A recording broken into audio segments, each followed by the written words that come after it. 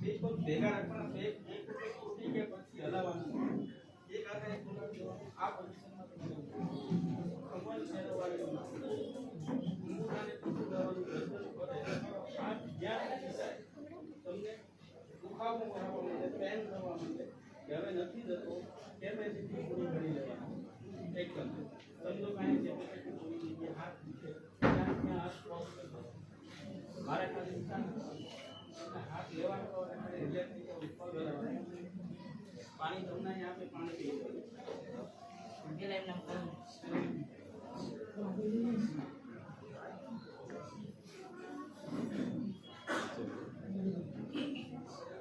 તમારી કેપેસિટી પૂરી થાય મને ખાલી આ નાનો જવાબ દેજો.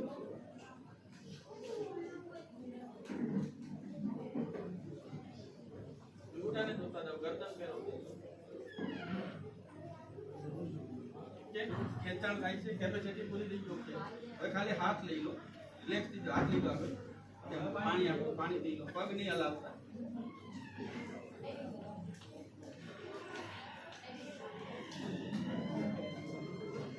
ખાલી આંગળામાં પગ નાખી દો, સેમ પોઝિશન પેલા લીધું સેમ ટુ સેમ આપો.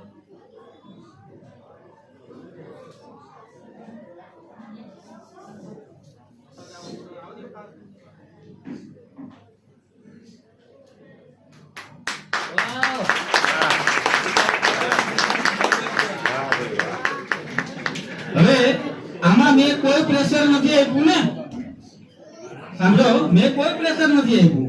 જે ફિલિંગ છે બેન, તમને પેલા દુખાવો થયો તો પેલા થયો તો ને બીજી વાર શું થયું? ને બીજી વાર દુખાવો જ નથી થયો મને.